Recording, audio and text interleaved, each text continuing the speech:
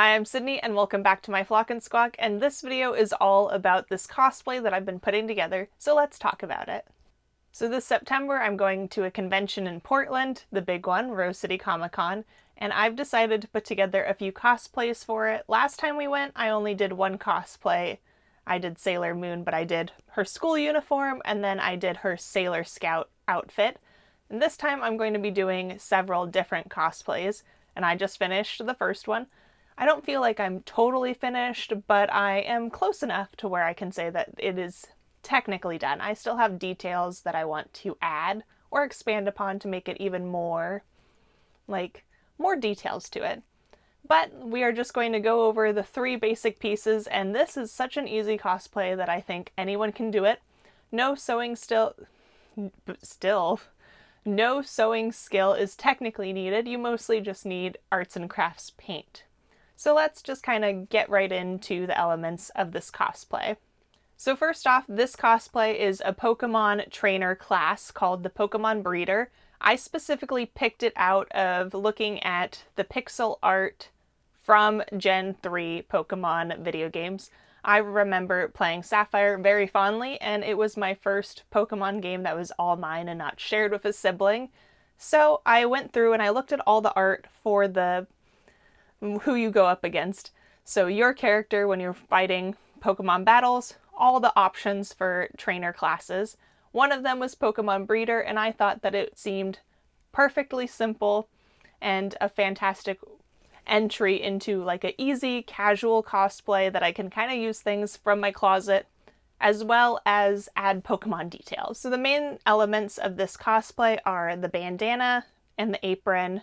Then the rest of the details are sort of up to you because it is pixel art. Other than the bandana and the apron, you basically just have a white t-shirt, kind of hard to tell, blue jeans, and then red shoes.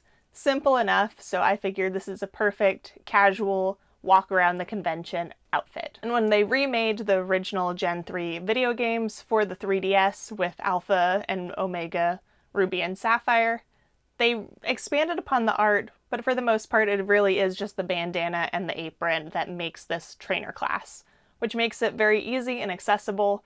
So let's just sort of get into the main details of this cosplay. The first thing that I started on was neither the bandana or the apron. I saw these earrings at the thrift store. They were little round clip-on earrings, and I thought that seemed perfect to do Pokeball earrings, which sort of spurred me into getting this cosplay actually done. So first off, to get the earrings to be Pokeballs, I had to sand off the texture because it was a super smooth, shiny earring. So I just gave it a little sanding, and then I coated each earring in a material called gesso. If you don't know, it is something that you can use in painting to give texture to either a canvas or a piece of paper or anything really to make it more suitable for painting. It adds just another layer of texture, and then because it's white, it helps subdue whatever you're painting on so that way your colors really pop. And then I painted the whole thing white. So both earrings ended up being two little white earrings, and that's where we start getting into the actual Pokeball details. So after I painted them all white, I went in and I painted half red on each. And I made sure to align it to where the red half would be the top. So when looking at the back of the earring, I made sure that the clip-on piece, because it is directional with clip-ons, that it would be a correctly orientated Pokeball. So I painted half red on both of them, and then I went in with a black paint pen as well as black actual paint and just did the detail for the center of the Pokeball. After all of that was dried, I went in and I did a little white dot as the very center final detail for the Pokeball earrings, and when that was finally dry, I sprayed it with a clear coat. With my earrings completely done, this is what they look like. Here is one of them, and then it just clips right on to my ear. So now I have these really large, chunky Pokeball earrings that I think are just a nice little detail and not at all related to the Pokemon trainer cosplay that I'm doing specifically. This is just my own fun little detail. So for the bandana, I decided to just make my own because I had some leftover red fabric from when I had cosplayed Sailor Moon previously. So I just took that and I was able to cut a 22 by 22 inch square, and I decided that I didn't want to just forever have it as a giant rectangle scarf. So I folded it in half, sewed along the edge, turned it right side out, pressed, and now I have a triangle bandana. Then I decided that wasn't good enough. Why just have a plain red bandana? And I spent some time trial and erroring, figuring out how to use fabric medium. The fabric medium I'm using is a liquid that you add to your normal acrylic paint and it'll turn it into fabric paint. It basically just makes your paint really elastic and just somehow makes it bond to fabric not only better, but like flexible, like the t-shirt material, almost like screen printing. Not really, because it ends up being way thicker, but it makes it work somehow. So I know I'm not really going into too much depth in terms of talking about the bandana, but I have made a bandana for not only myself, but my puppy dog here on this channel. So if you want more info, but essentially that's what I did, is 22 by 22 inch square, folded it into a triangle, sewed, pressed, and then I spent forever painting. I sped it up a little bit by using some heat on it.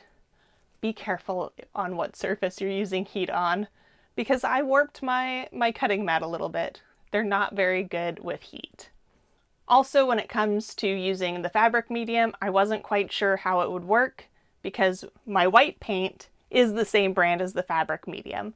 However, my black paint that I was using was not the same brand, and I wasn't sure if it would really work the same.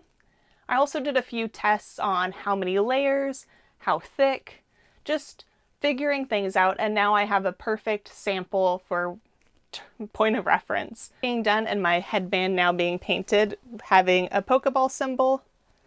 This being my first attempt at painting fabric, other than my sample, I ended up going in with black around the edges just to make it a little more defined.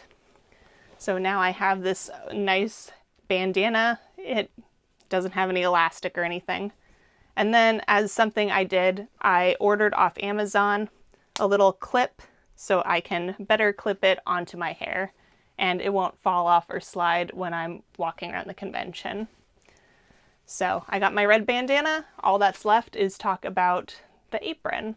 So like I said at the beginning of this video, this cosplay is nice because it doesn't require any sewing. Obviously, I used some sewing to make my bandana, but the main element of this is fabric painting, or at least for me it is. You could definitely make this cosplay with screen printing or vinyl, like the iron-on transfer. There are so many ways to get to this that don't require sewing or require like different techniques. I just decided to use what would be easiest for me, but like I said, you can do your own thing. I'm just kind of talking you through my process. And for the apron, I literally just painted it. I purchased an apron off Amazon. It's like $14, $15, and I painted it.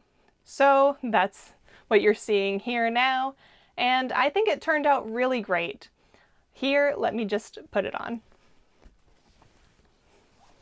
So obviously the top of the apron doesn't have too much going on, but the pocket is the main star of the show.